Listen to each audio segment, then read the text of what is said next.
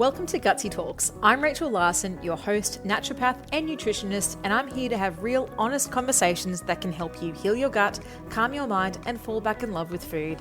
Together with leading health experts, we'll dive into all things gut health and explore the deep connections between your gut and overall well-being, so you can feel empowered to take control of your health and live your best life. If you love all things gut health, follow me for more on Instagram at rachel.larson or head to rachellarson.com.au. Now, let's get into today's episode. Today, we're joined by Alison Vickery, a qualified functional diagnostic nutrition practitioner with a powerful health journey. After overcoming histamine intolerance, mast cell activation, and an acquired brain injury, she reclaimed her health and is now focusing on helping others do the same. Alison has been mentored by leading researchers in gut health and the immune system and pharmacogenomics, and is a strong advocate for better prescribing practices, even influencing government policy. Her mission? To restore health by working with the autonomic nervous system, because true healing comes from restoring function and not just treating illness. So I'm thrilled today to have Alison here. Welcome, Alison. And thank you for having me. I'm so excited to talk about this topic. Nobody ever wants to talk to me about it, and I just want to talk about it. So thanks for being brave. Oh, look, I think we have to be brave, because by not talking about it doesn't mean that these issues aren't happening.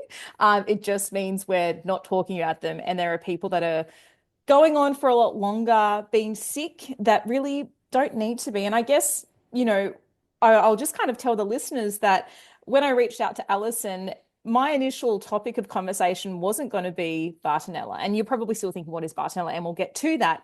But I wanted to talk to Alison about histamine, which is something which I think there's a little bit more conversation about. And she came back to me with two more far exciting topics, in my opinion, to talk about. One was the autonomic nervous system, which I will have to get you back on the pod, Alison, but the other one was Bartonella. And I thought, oh, that's probably something gut health sufferers and probably anyone who's listening hasn't really heard about. And from what you were talking about, how that's presenting in your clinic, it feels like something we need to be talking about. Yeah. So I want to throw it to you, Alison. And first of all, tell the people what is Bartonella, and I guess what was happening in your clinical practice where you kind of you sat up and you're like, there's something happening here. Like, what is this infection that is I guess plaguing people, with not much support or treatment options around it? Okay, so let's just get the technical bit out of the road. Bartonella is a gram-negative bacteria, but it acts in no other way, like no other gram-negative bacteria. And we will get on to, in a short time, what it actually does, but let's just get the technical bit out of the road. It is a bacteria. It is a stealth bacteria, and it does not act like other gram-negative bacteria.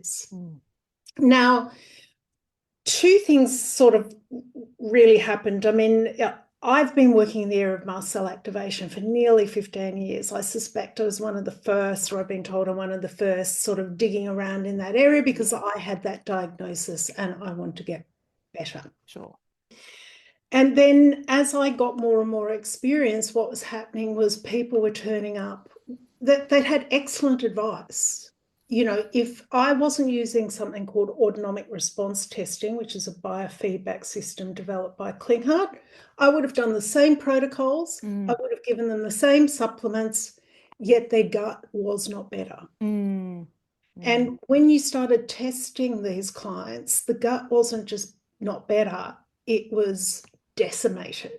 Yeah. It's quite common to run gut tests or food tolerance tests, and every food but protein's gone. Yes. Yep. So these are clients that they were often coming to me for their gut, but it's not really about the gut. Yeah. But when I see devastated guts, that's one red flag. We'll talk about lots of red flags, because this is a lot about clinical experience here. Yeah. But so they were coming to me going, look, I've been working with this practitioner, they'd run the GI maps, they'd done the butyrate, they'd done the prebiotics, they'd done all of those things. Yep. but not made any progress. Yep. Now, at the same time, I started working with, or around about the same time, I've been mentored for an extended period of time by one of Klinghart's assistants. And autonomic response testing is the most accurate means of picking up Bart. So, what I don't have Bart, Mm-hmm. but 58% of my client base do. That's a fair chunk of people, isn't it? Yeah. So if you like, Bart found me. But more importantly, I think what we need to be thinking of is in any complex presentation, Bart is epidemic. Mm. Okay. Now, if you're not thinking about it as the symptoms stack up, Yep. you're missing Yeah. the point. Yeah. Okay? If we look at prevalence generally, now bearing in mind we've got poor testing, it's not reportable, not well recognised by the medical profession, and so on. Mm. But in the general population, there's been a couple of studies done, and the rate of prevalence is between 14% and 24%, Mm. just in the general population. Would they be experiencing symptoms that would make them think something is wrong? Like, or what would they be like if they So weren't? Yeah. there's great variance in Yes. symptoms. We'll come on to that in a second, Yeah. and I'll move on to that because it is Yeah. hard to pick. Yeah.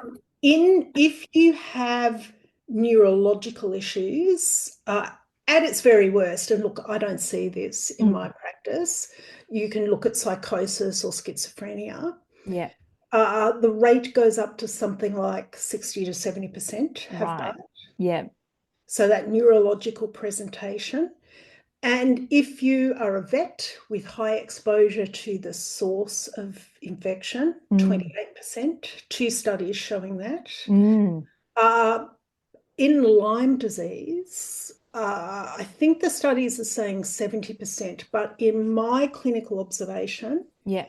any client of mine that has Lyme has Bart. There's like, I guess, that stealth co-infection type picture Well, there is occurring. an emerging view that Bart is the real issue here. Right. They can cross-react and not pick up correctly. I've had a couple of clients who've been from the States, had access to really good testing, which we don't have access to in Mm. Australia. Mm. Um, and they've correctly identified the Lyme and co-infections except for Bart. Yep. And then when we've done art, I don't know what co-infections they have. Mm-hmm. We've successfully picked them up, but we Mm-hmm. found Bart. And that client said, I've always suspected I've had Bart. Yeah. I have no Lyme clients. Now, Yeah. I'm just talking about what I see For clinically. sure. Yeah. I have no Lyme and co clients that don't have Bart. Yeah. So your clinical experience is seeing them work together again. And that's all you can And speak to treating the aside from, Bart yeah. often treats the Lyme. And I think like it is important because it is your clinical experience that makes you such a leader in this, is that this is something where you can rattle off the statistics, but if there isn't the clinical experience to actually see what that looks like in real people, Yeah. um, there still is a lack of understanding. And I guess for people that are like, wow, that was a lot of information, I guess the take homes is that this is a gram-negative bacteria that it's classified as a stealth infection. And by stealth infection, it's kind of like the name describes. It's not easily picked up. It works in really funny different ways, which we're going to get into, and it can go undetected for months, years, decades. And like Alison was saying, there's a lot of testing issues, I guess, which attribute to that going on for so long. So yeah, you mentioned that it is different to other gram-negative bacteria. And, things that come to mind would be the Salmonella and E. coli and things like that, which are also gram-negative. And I probably should go back and get you to explain what is gram-negative bacteria versus gram-positive. But what is how are they different to other bacteria? So basically, gram-negative is based on how the cell and the cell lining works and Mm. produces LPS or lipopolysaccharides. Yep.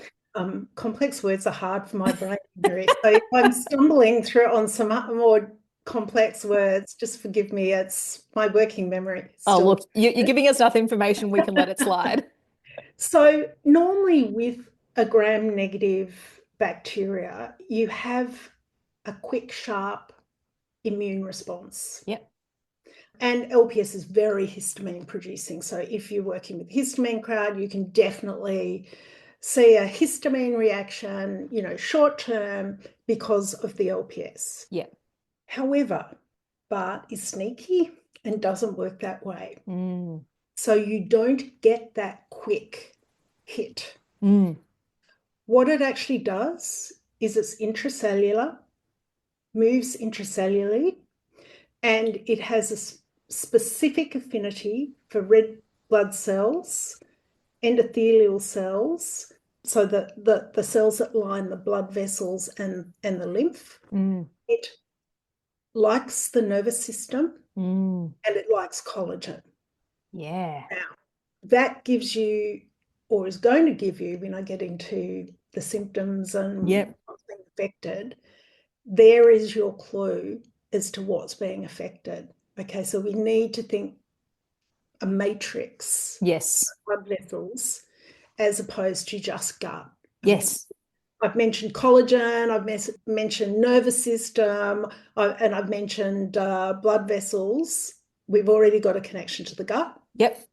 but we've got a connection to a lot of other things as well. Huge. Yes. Absolutely. And I think that's so like that's where it can be difficult for people because unlike a salmonella or a big E. coli infection where people might get maybe it's a food poisoning type symptom where you're just like boom, but it could be something else. This doesn't have that. So would it be like a gradual or I guess sense of symptom onset where you're like, I just don't feel well, but I don't know when and didn't know when it started. And, just it also being stealth in nature where you're like, I can't timeline this because it's just, there's no night and day to when my symptoms changed.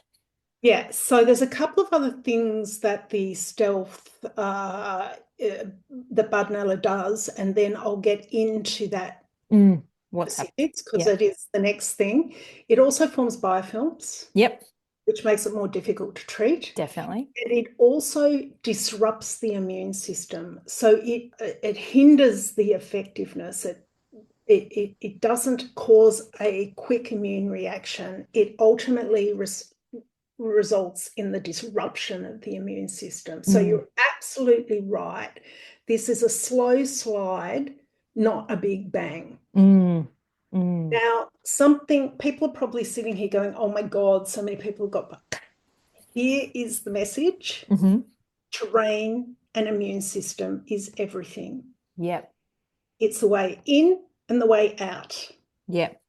Okay, so you can have two people affected by the source of infection. Yep. One will have no symptoms, no signs of Bart, and be absolutely fine Mm. because the terrain was in order. Yes. Okay. Then you can have someone whose terrain is not in order. Yep. So history is super important here Yes. and clinical observation of what's happening. And it is also the key to controlling it long term so you almost don't have any symptoms Yep. or reactivating it. Yep. So, as a practitioner, we need to be very mindful, particularly when starting to work with a client, that getting that terrain in Mm. determines the speed at which they will heal.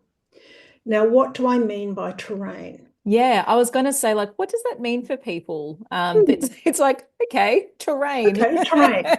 So we're really talking about, because we have a stealth infection, we have the difference between the immune system being able to deal with it before it's a problem Hmm. and this slow slide. Yep. So let's just talk about some of the really important triggers. Yep. If you have a client that has lots of symptoms, and we will get into key flagstone Yep. flags, red flags, uh, when being infected by COVID-19, Hmm. you should be thinking Bart. Right. What does COVID-19 and what does Bart have in common? Mm. Blood cells. Yeah. Yep. So what I have seen is clients who are on their Bart treatment have virtually a smooth ride through COVID. Yep. And those who aren't on their treatment or didn't even know they had Bart have a dramatic, like skyrocketing level of symptoms. Yes. Um, in an extreme, it can involve psychosis. I Yeah. only have heard of that happening in my practitioner group once, Hmm. possibly twice. But you know, if there is a dramatic escalation of symptoms, either with vaccine or other acquisition, natural acquisition, Yep. you should be thinking Bart.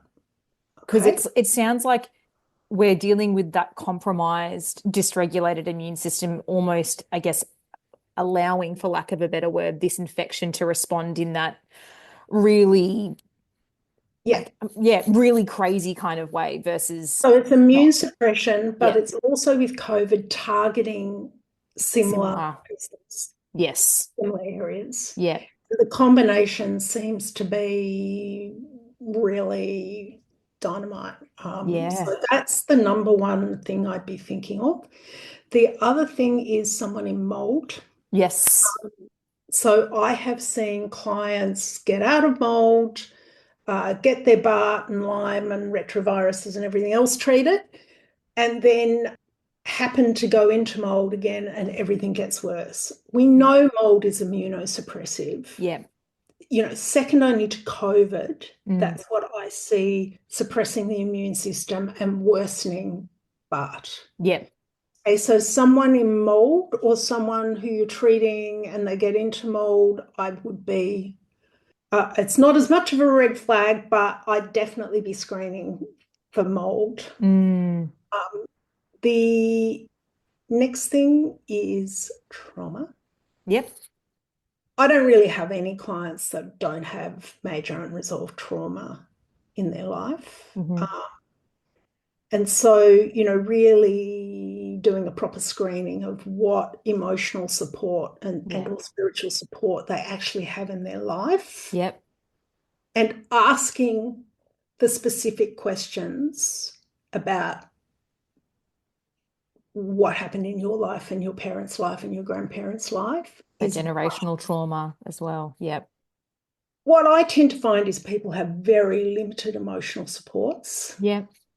And quite often, as practitioners, people dance around asking the questions. I put it in the intake form.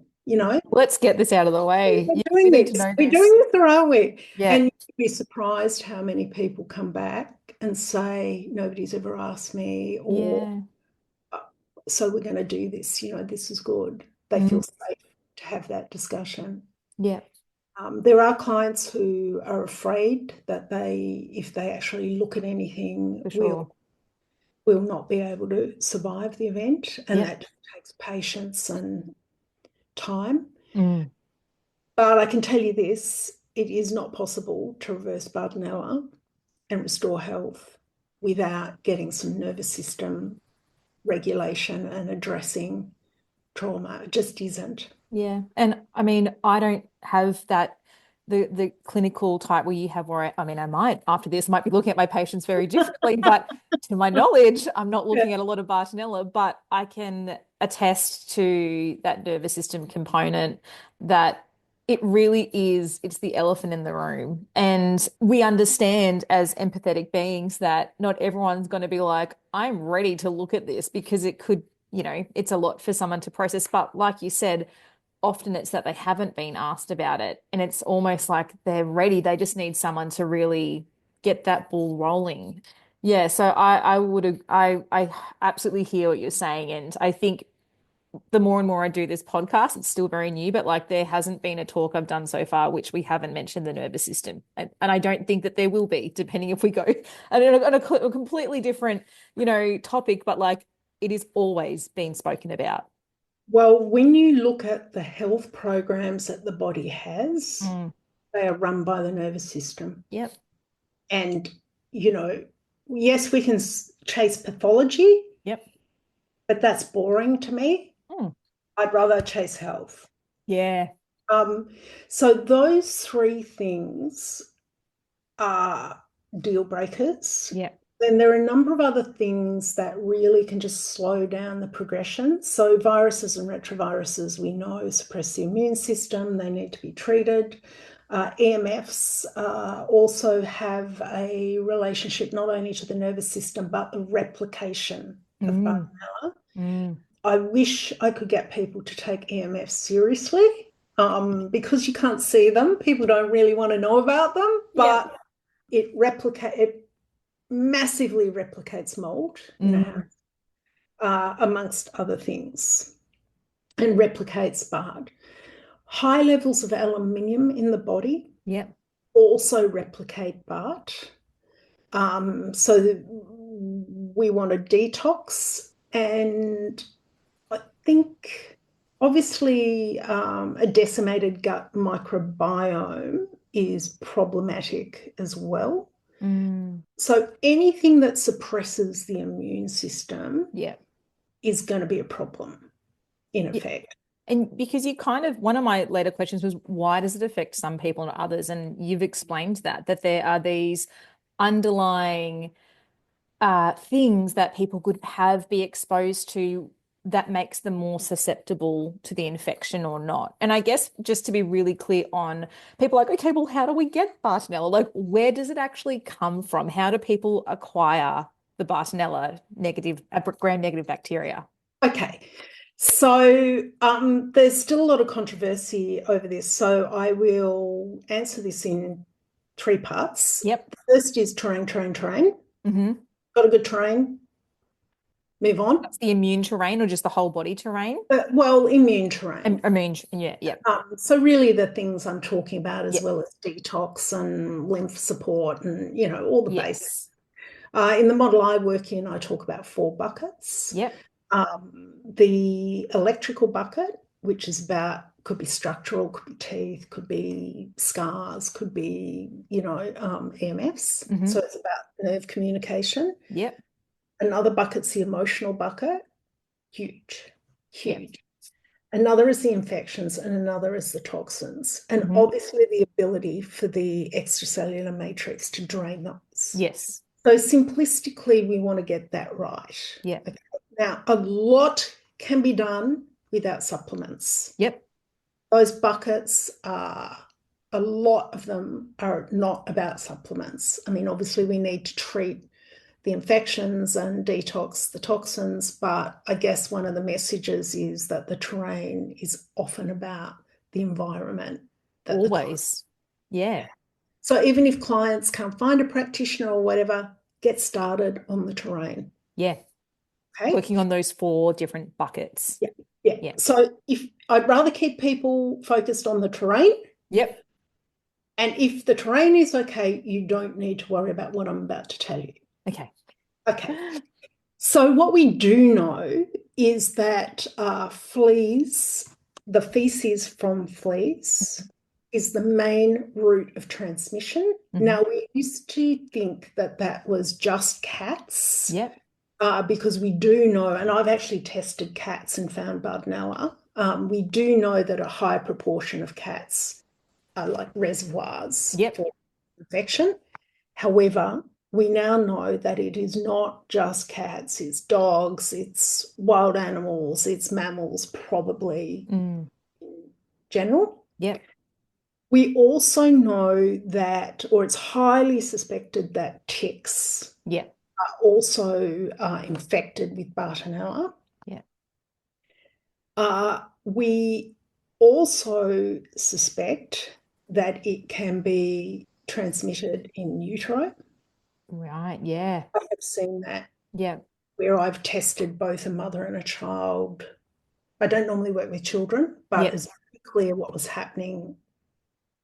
Like the mother had it and the kid had the symptoms. We mm, tested the kid. They had exactly the same infections. yeah, There is a view that it can be transmitted in utero. Hmm. There is speculation that it can be transmitted sexually. I have never seen that. Mm.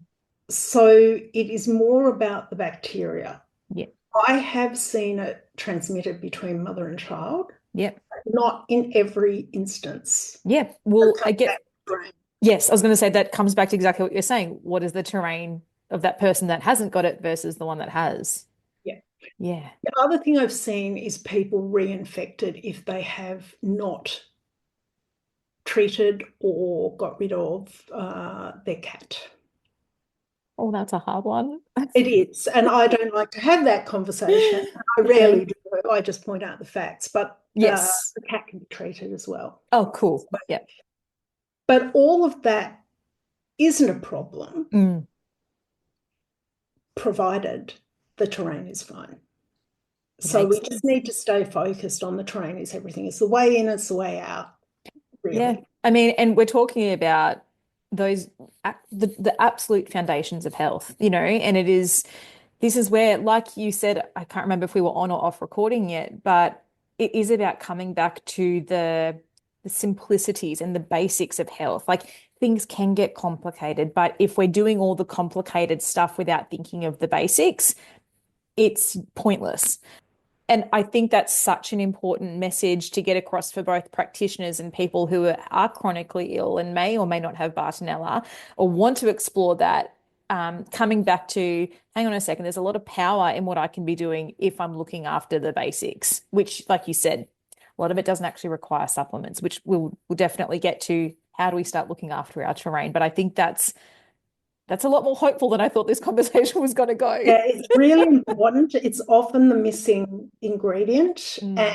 And I personally have, I had two clients come to me with almost identical autonomic response test results. They both had Bart, they had Lyme, they had retrovirus, they had a bit of everything.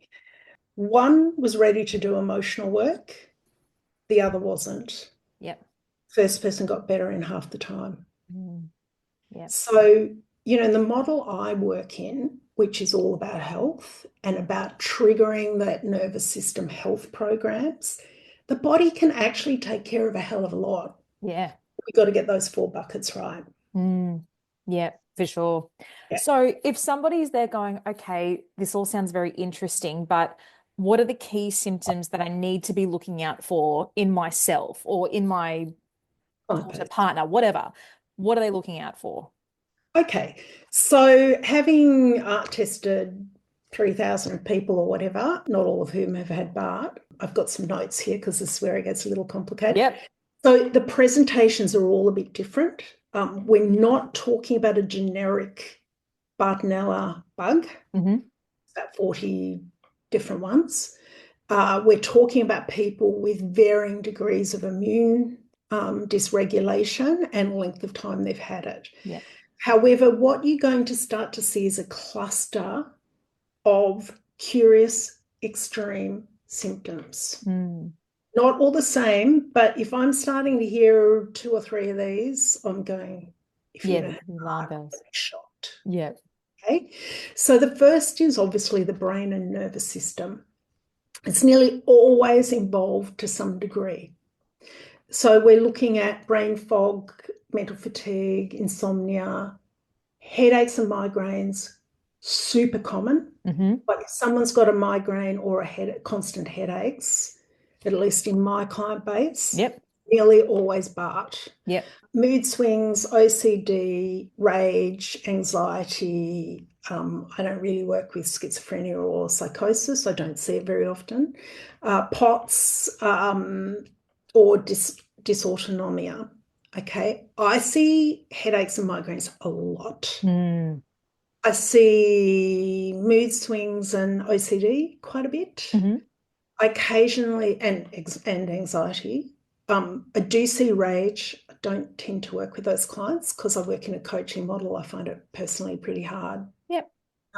But there are people that, they're better off in a different clinical setting. Yep. But if there's nervous system dysfunction,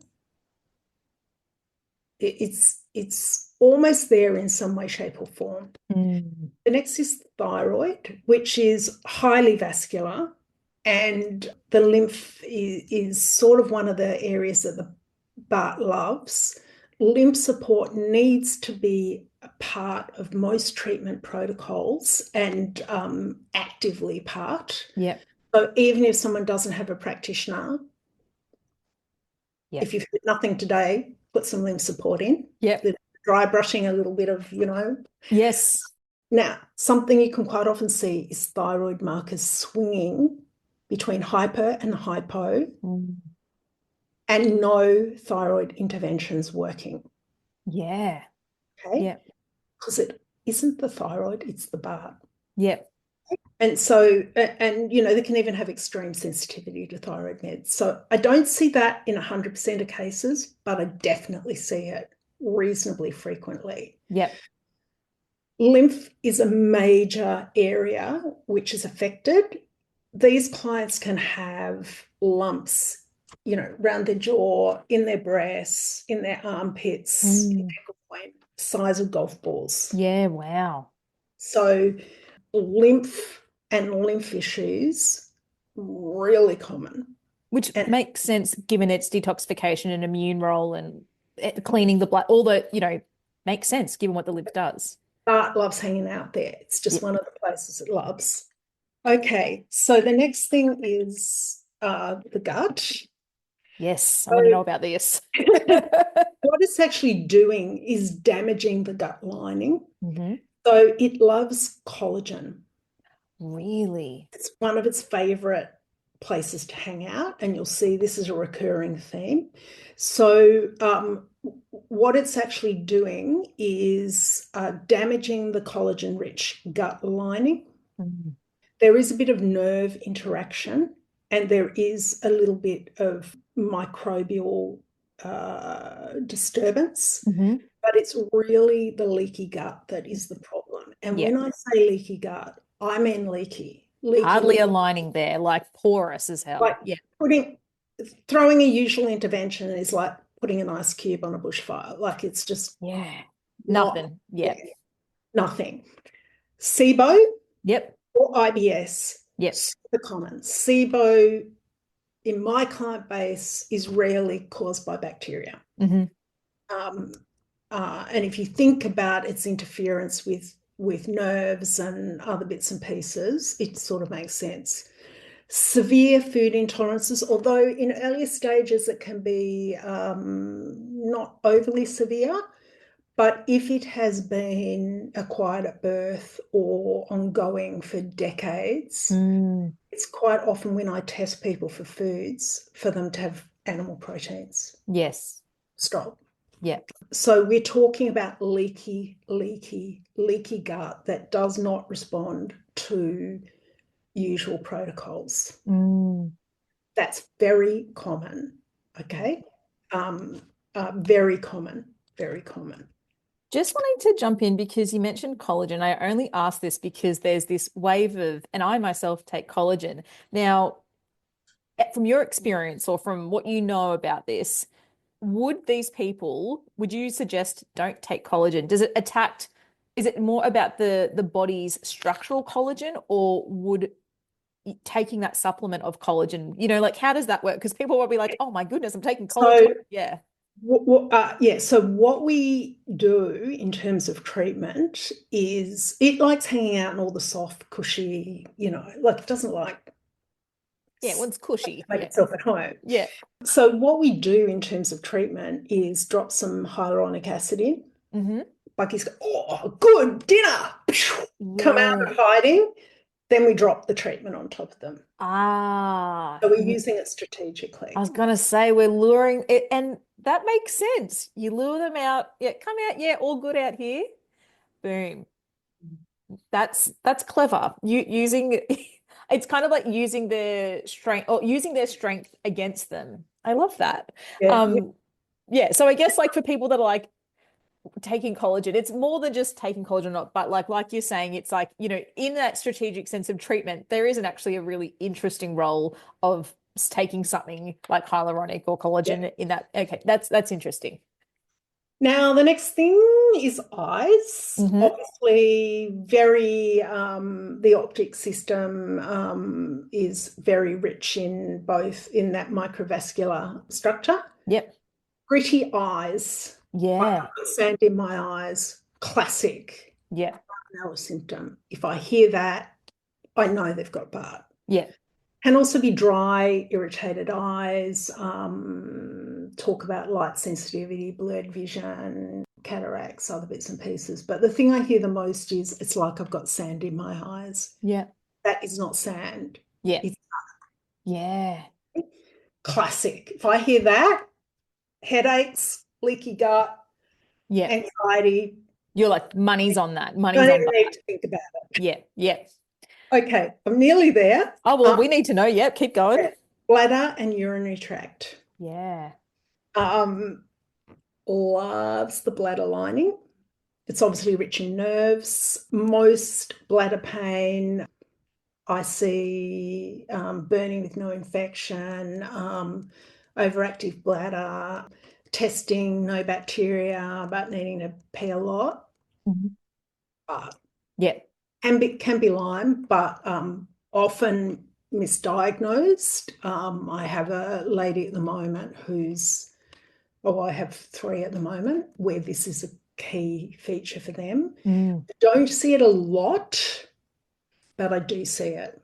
Yeah. Joints and connective tissues. So, loves hanging out in collagen-rich structures. Joint pain's quite common, not all the time. Hmm. So it migrates or it worsens with stress. Yeah. There can be instability in joints and symptoms just unresponsive to normal treatments. I see it quite a bit, not as much as gut headaches and gritty eyes and other pieces, but I do see it. And then Mm. last thing is teeth and jaws. Mm. If people have had teeth extracted, those cavitations can be reservoirs for Bartonella. Yeah. But beyond that, Bart just likes hanging out in the gums and other bits and pieces. So you can see jaw and facial pain. And I've also seen someone getting COVID and then all the nerves on their face become numb Wow. and leading down to where the Bart is. Yeah. So there's that sort of, I don't see the teeth and jaw thing all that often, but I Hmm. do see it. So the overarching thing is, what does Bart love? Yeah. Where is it hanging out? Mm. Okay, it's always in the gut. Yep. It's nearly always affecting the vascular system of the brain Yep. and stem. It's the others vary, but if I'm hearing gritty eyes, Yeah. if I'm hearing painful bladder, if I'm hearing some of these key things, and particularly if I'm hearing more than one or two of them, Yeah. I'm going, I'd be sure you don't have that. Yeah, because it's, I guess in isolation, one of those symptoms still could be Bart, but like you said, it's when they start piling up, you're like, yeah, there's more. You're just like, I feel more sure about this. So we've kind of mentioned that the testing is, I Shocking. guess, yeah, not great. Um, how do people, and you've spoken about art, so talking about that, how do we test for Bart?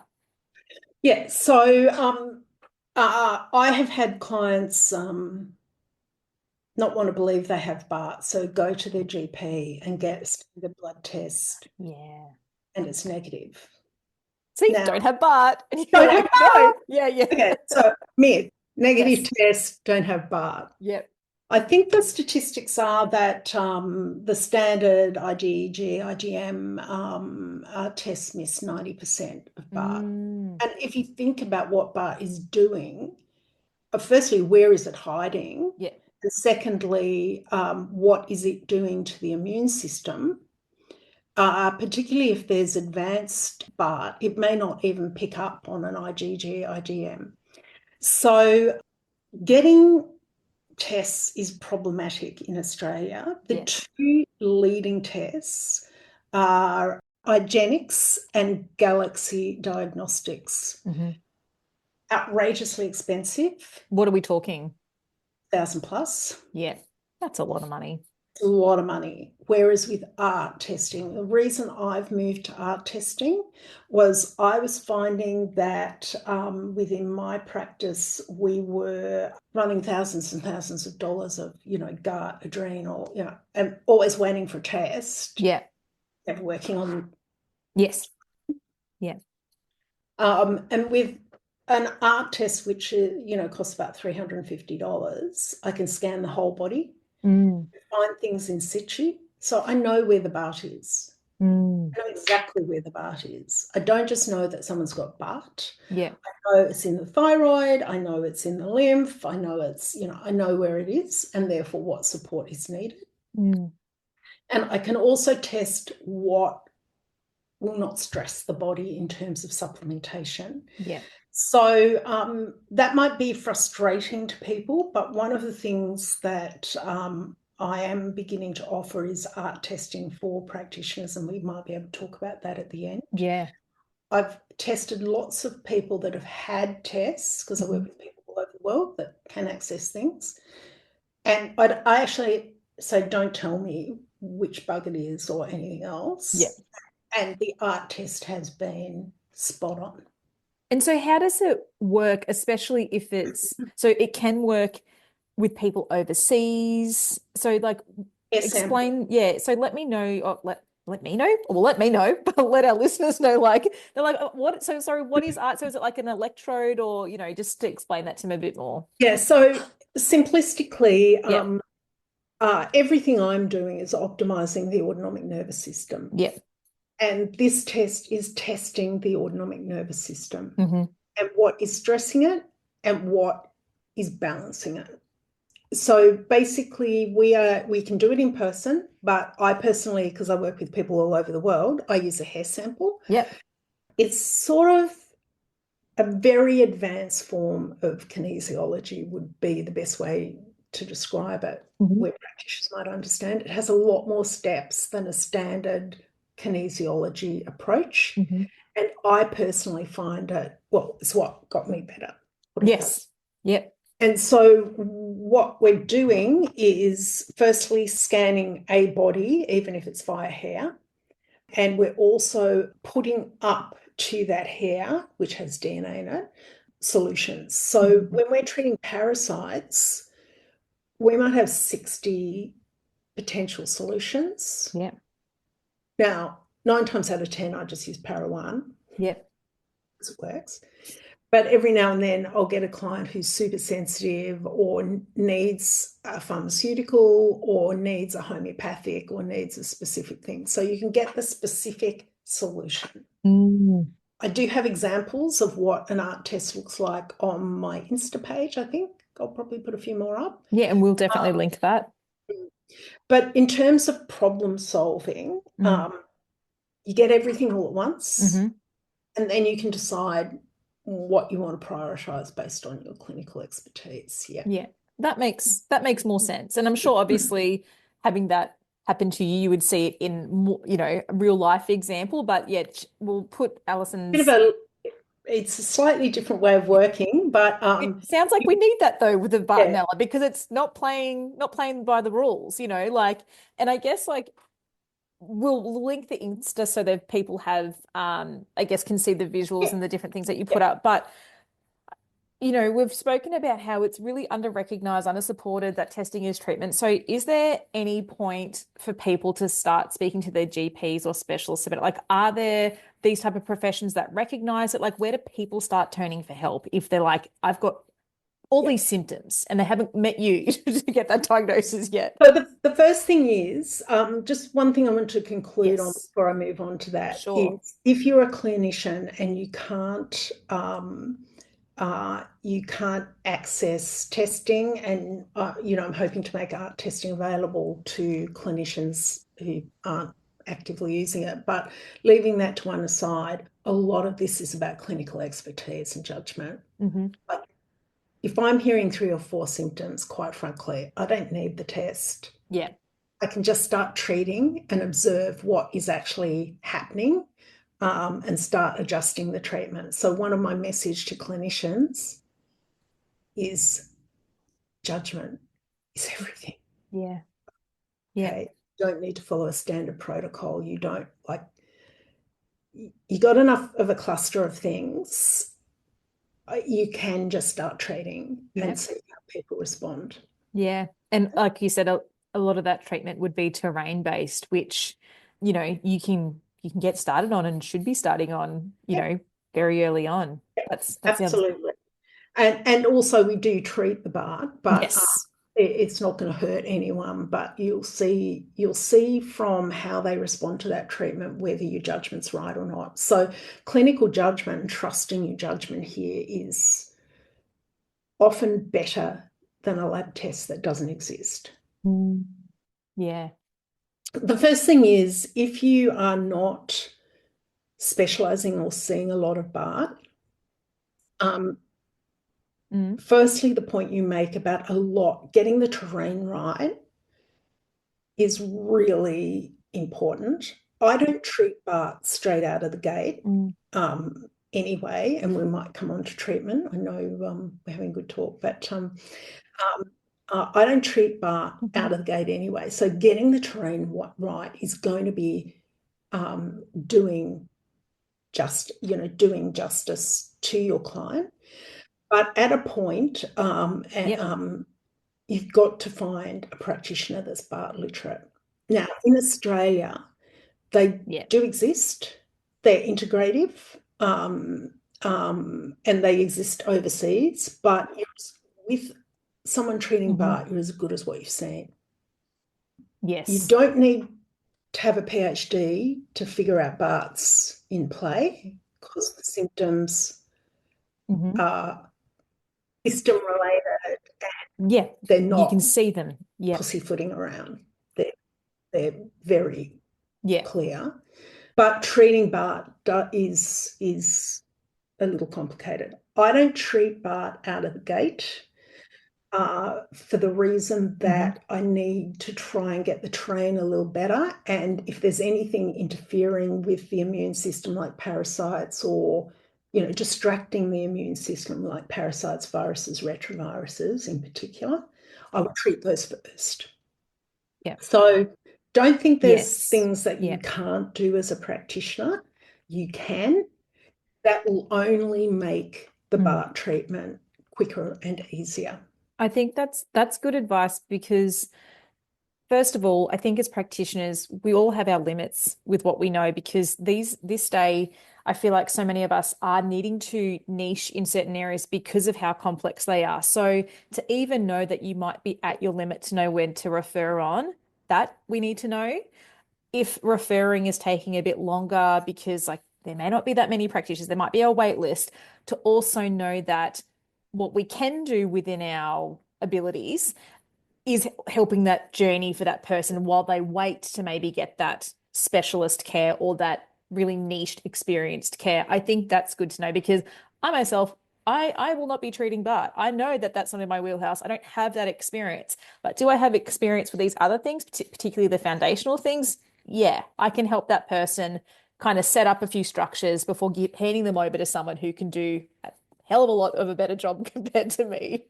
And it may not be obvious that it's Bart until clients don't always disclose Yep. everything up front. Yeah, it unpacks over time sometimes. I don't disclose everything to everyone up front either, but it sort of unpacks over time. So, you might do a thyroid test, go, oh, wow, that thyroid's not okay. Put in standards, holy moly. Like I've got a client at the moment, wanted hormone support, didn't believe me, went off to some fancy functional doctor, started taking the thyroid swinging back. Oh, doctor can't work it out. Hello? Yeah. Yeah, might be a little Bart hanging out here. Yeah. Yeah, so even just knowing what the patterns look like Yes. and when to refer someone, you're doing a huge service to that client. And you're Yeah. still leaving the door Yeah. open for that client to come back to you And well, these foundational Yeah. things are just super important, but knowing where to place that effort, and if you're placing the effort, so for example, with that client and thyroid and hormones, she was menopausal, so she wanted hormones put in, Yep. and putting thyroid support in and it not working, rather than me going, oh my God, I've done something wrong, or why isn't this working? I should be able to figure this out. I go, it's Bart. It's just a distraction. You can chase down that freeway as long as you like, but it's bringing you home, So knowing not to get distracted by that as Bart is important. Yes. Yeah. So, a lot of the foundational stuff needs to happen before Bart treatment happens because Bart hijacks the immune system. Yeah. So let's talk about some treatments. And clearly there's protocols that we won't go into, but I guess if there's the main things to let us know today, where do we start? What do we do? Yeah, So, helpful, unhelpful things. my approach is for it to be staged. So the Yep. first thing is if there is something distracting the immune system, I will treat it up front. Yep. COVID number one, Yep. got to be dealt Yep. with. Parasites, Yep. retroviruses. Often be able to treat all of those at once, Yep. but anything distracting the immune system is vitally important. Mm. Don't even go near Bart until those are dealt with. Yep. Obviously, supporting drainage and in particular the Mm-hmm. lymphatics. I have no Bart clients that don't need active support, particularly of their lymph. Mm. Now, some clients, because Bart hijacks the immune system, some clients do better on homeopathy initially. So Yep. I might be adding, matrix support. I like the Guna products. I use a lot. And they're Mm-hmm. easily accessible worldwide, but I'll be putting in liver or matrix or drainage support, often in a homeopathic form to begin with. Yep. Um, most clients really tolerate that. Naturally, I've got a binder in. Anyone that spent any time on my social media knows binders one of the first things that go in. And then I will actively work on that terrain. Mm. Mm. So that's sort of what stage one sort of looks like. Then stage two, I will slowly bring in antimicrobials Mm-hmm. that address Bart. Yeah. Readily available in Australia. So the protocols I'm using are mostly Buna or Klinghart's protocols, they're Mm-hmm. herbals. Quite often I start with Biocidin LSF, Yep. which, or I will use a mix of Buna herbs, Mm-hmm. herb. Yep. Now, the key here is that treatment needs to be super slow. So Yep. unlike parasites where you want to drop para one on top of them and Yep. get rid of them, we've got this tricky situation where Bart is stealth and hijacking the immune system and trying to disrupt it. Mm. So personally, what I do with clients is get them to drop it in. So a dosage of liposome or biocidin might be, for argument's sake, and please don't implement any of this Yes, of anymore, course, this isn't prescriptive. 2 pumps twice a day. Yep. But I might get them to put 1 pump into a litre of water Yep. and to start super slow. Yep. What tends to happen is the symptoms can wax and wane a little bit until you get up to half the therapeutic dosage, maybe. And then once you're approaching a therapeutic dose, that client will typically be saying, I feel fantastic. Yeah. So it can be a little rocky going in, slowly, catchy monkey Yep.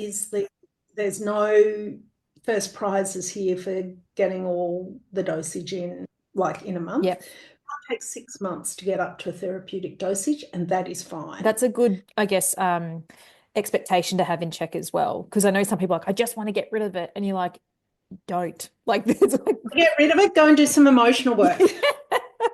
like, okay, I'll But take the pump slower. yeah. So the main thing to remember is slowly, like I can teach, if practitioners want to learn this, I can teach them. Yeah. It's super easy. The treatment's actually super easy, but the key is slow. Yeah. You've got a bug. We don't want it to catch on to what we're doing, and we don't want it to start rebalancing the immune system. We want to go in slowly. So, as I said, I tend to use herbs. There is talk of prescription antibiotics. I have personally never used those with clients, Yeah. and I've never. There's talk also of methylene blue, which is very trendy at the moment, but I find herbs to work for most clients. Yeah. Slowly but surely. And as long as there's no mold exposure or COVID or other bits and pieces, then they will get to a point where they're coming back to me going, I feel fantastic. Love that. That sounds promising. You know, and yeah, you keep going. Now, the important thing is that Bart is still probably hanging around somewhere, Yeah. but it is properly under the control of the immune system, provided the terrain and the immune system remain intact. So is it reasonable to expect that we can eradicate it, or is it something that it's now within us? It's just more a sense of dormancy and managing it with a health. Okay, yeah. Look, I'm sure there are people who could argue both ways, Yeah. but what I know is, or what I've observed is that you won't ever, a bit like Epstein-Barr and other Yeah. bits and pieces, but it's all about the terrain. Yeah. Some clients choose to come off treatment completely, and then if they have an immune event, get COVID or something, they know exactly what works for them. They have some on supply, they start up straight again as a protective. Yeah. Others choose to just go down to a really low maintenance dose. And it's really a case of what the client preference is. Yeah. That makes sense. With, I guess, for people who have a really, after this talk, they're just like, I feel like I tick a lot of boxes. If they could start doing something like right now, today, what would that suggestion be or suggestions be to them? Go and do some EFT. Emotional freedom technique for people who don't know that. Emotional freedom technique, family constellations, which looks at inherited trauma, or internal family systems, which is more somatic. I like the Enneagram as well. Anything that is going to work with unconscious beliefs and start shifting trauma. Number one, you can do that today. I have a free EFT program on my website. Go and log in, start tapping. But yeah, start with that. Turn the Wi-Fi off at least at night. If not, wire everything. Yep. Make sure there's no mold in the house. If there is, move. Yeah. And that warrants a total warrants a That's nut. whole, yeah. Which I mean, listen out. I'm planning on trying to, I'm planning on that as an episode, but they're good things. But I think, like you said today, it can literally be as simple as going to your website, having a look at the EFT that you resource that you have and getting started on that. I think again, like people like, I want to take action, and more often than not, everyone that I've interviewed, that kind of action that people are taking, it is not supplements, it is always lifestyle. And it's again, it reinforces what we know, it's these foundations. So my last question is, if someone has Bartonella, suspects Bartonella, and this may be the same advice, but if you had like your number one piece of advice for someone on this Bartonella journey, what would that number one piece of advice be? Find a practitioner that knows Bart inside and out, that sees it day in, day out. I'm not plugging myself. There are plenty of practitioners that do, but so much of this is clinical experience at this stage, unfortunately. So my number one piece of advice is find someone who can guide you on your Bart journey, who knows Bart, who sees it every day. Yeah, they know Because Bart. they know Bart, they know if you're reacting to biocidal LSF, it's probably the Yeah. lymph. We've got to get more lymph support in. They know whether the terrain's right. This isn't a science, it's an art. So my number one piece of advice is don't muck around. Find someone who knows Bart. Oof, I love that. Both of those two piece of advice in terms of what can people start now and what is, I guess, the overall piece of advice that you need for that journey. Super solid. I love that. And we've mentioned it, but if people want to work with you, if prackies want to work with you, learn from you, how do they do that? How do they reach you? So the way it is, the way I'm working is I have a course that teaches you about ART testing, not how to do it, but like more how to interpret it, how we're viewing things, and how we're actually approaching chronic ill health. It is an online course with workbooks and, properly designed. Talking about patterns, what we're finding, where we're finding it, what you've got. It also has my whole treatment protocols and everything You're else. giving it away. Yeah. Yeah. And once you've done that Mm, mm, course, you will have access to get your clients art tested. great. In addition, I've had a long-term mentor for nearly 10 years of one of Klinghart's assistants. I've trained with Klinghart, but I also am mentored extensively by one of his assistants. And we will shortly be starting a practitioner case study group in effect. You also have direct access to me. So you might go, right, I've got this client, I've done this, I've done that, this is the art test, this, but it's not working. What am I missing here? Yeah. Um, Because experience has to start from somewhere, and you do need that mentorship. Yeah. Included in the course is 3 sessions with Mhm. me, and during that you can talk about anything you want. I have people in that group who have studied art and are trying to get a practice up, and so it's very much about, right, how do I get started? Yeah. Then I equally have highly experienced practitioners that want to stop spending thousands and thousands and thousands of dollars on testing and focus their clients on actual results, like the terrain, Yep. and aren't familiar with how the nuances of what they're seeing on the test results.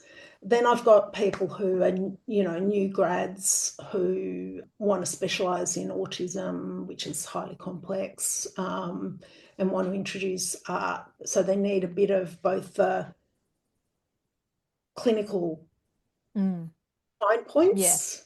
So it's whatever anyone needs, basically, That sounds that like it's given by the practitioner. that sounds, and I think there's going to be prackies out there that their ears have pricked up and they're thinking, this is something I need to know about. They're seeing different trends and, our patients choose us where sometimes like they guide us to need to train and upskill and get better and learn about different things. And I think this sounds like a really wonderful resource for them. So whether you're a pracky, obviously there's that, but if you're a patient that's just like, I don't even know where to go. Obviously, we've spoken about needing a highly qualified practitioner. We're going to put Alison's Instagram and website and all of her things in the show notes, so you can touch base with her and take it from there. So Yeah, I'm so grateful that we had this chat. I'll need to get you back on to talk about the autonomic nervous system because we touched on that, but I was so tempted just to be like, can we start talking about that now? But we'll have to make another time for it. But it was absolutely, yeah, just amazing. Thank you so much. thank you for having me. Thanks for tuning into Gutsy Talks. I hope today's episode left you feeling inspired to take the next step in your gut health journey. If you're ready to dive deeper, head over to rachellarson.com.au. There's a range of courses and resources waiting for you. If you loved this episode, I'd be so grateful if you shared it with others who might benefit from this information. And so you don't miss out on future Gutsy Talks, be sure to hit follow and leave a review. I'd love to hear your feedback. I'm Rachel Larson, and I can't wait to connect with you again for our next Gutsy Talk.